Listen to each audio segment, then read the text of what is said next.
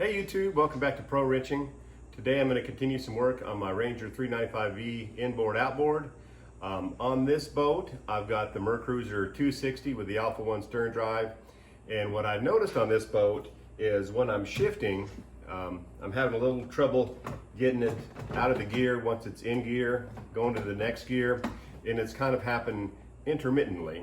And what I've realized is that I've had a bad shift interrupt switch intermittent, and what that is right here on the engine.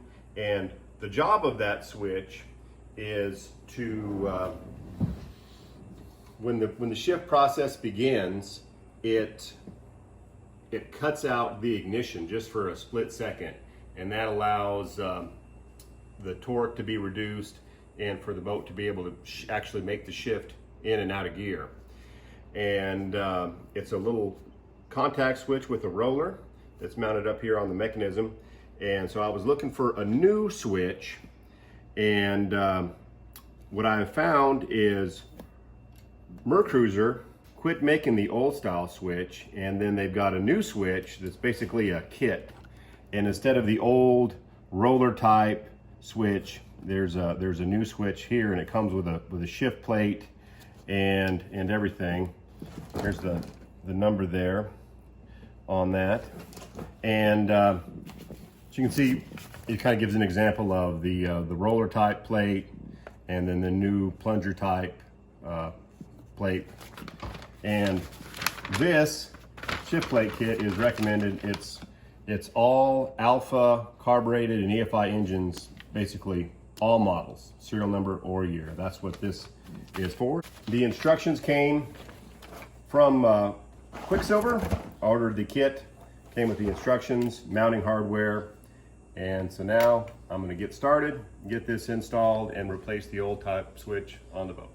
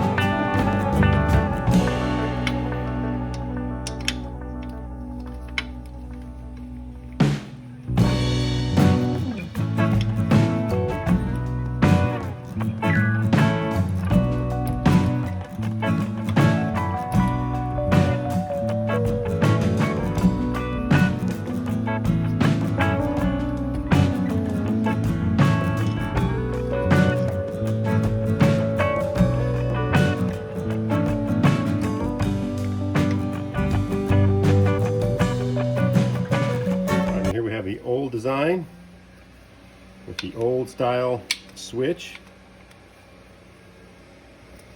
and the new updated design. And this one also has a shift assist mechanism that's built on there. So now we'll get started in installing this.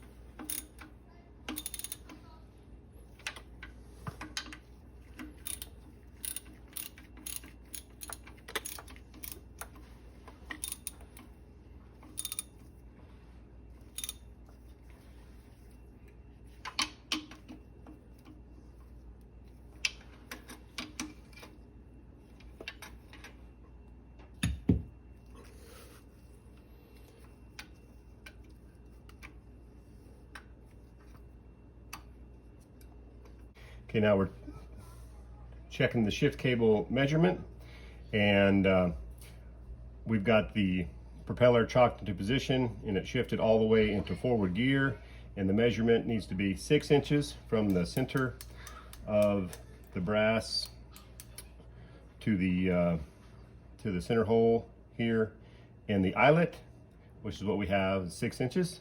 So I'll go ahead and get that installed.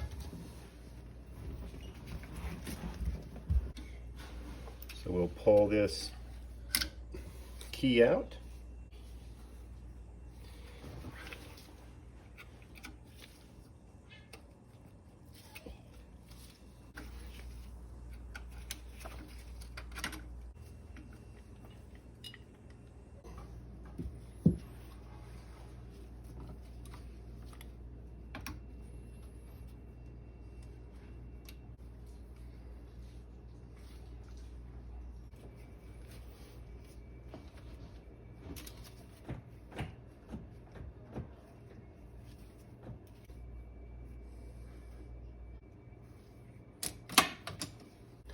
Now we're going to adjust the shift cable, and then so we want it to fit precisely. We've got it in forward gear, and we want to rotate the cable so it just fits on exactly.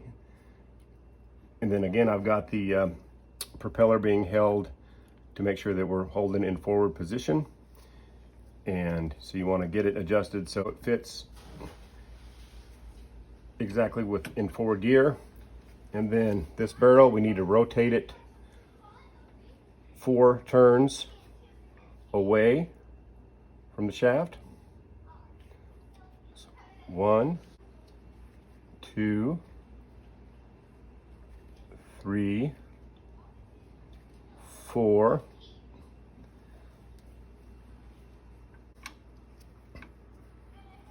Okay, so then we will get it installed.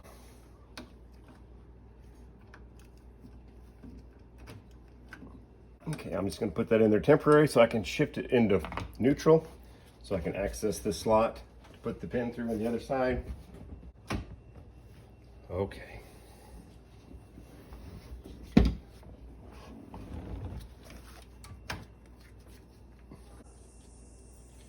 Okay, now I'm going to install the shift assist mechanism.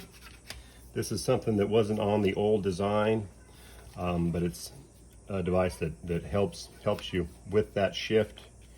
And I did a little research. It sounds like it's more important to have it on the fuel injected models, only cut out half the cylinders instead of all of them getting cut out on the carbureted one. But it's with the new improved design, so we're gonna put it on and try it out.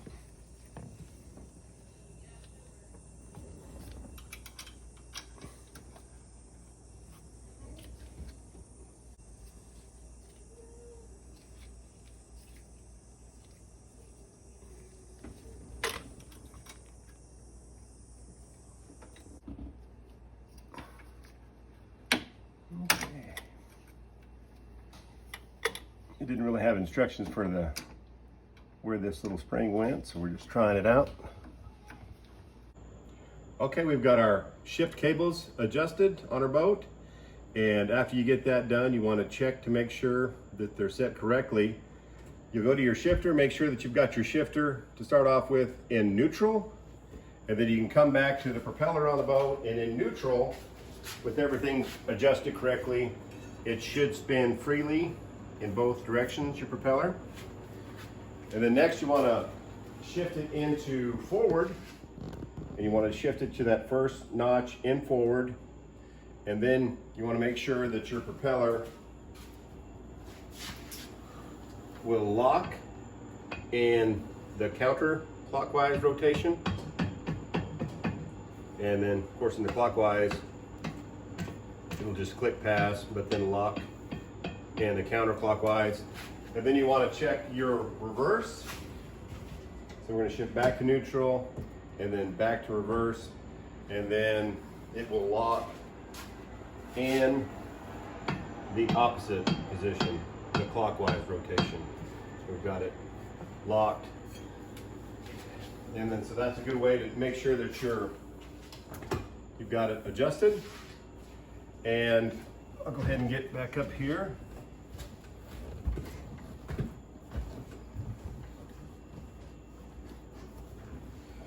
To show the final installation. Of course, here is the old shift mechanism with the interrupt switch, and these two wires on the switch basically will ground out the ignition. One is ground, goes to ground, and one goes to a wire that goes to the ignition.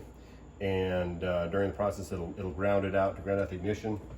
The wires were attached to this small block, which had a screw hole to hold it to the mechanism.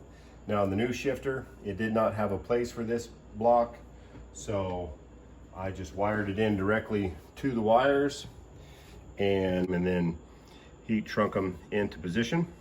So that's it for the new shifter installation, and I also had a chance to try this out on the lake, and it did a much better job. It shifted in and out. It didn't hang up at any time when I was trying to shift from forward to reverse. So much improved shifting process. And anyways, hope maybe this can help you out on your projects. Please like and subscribe.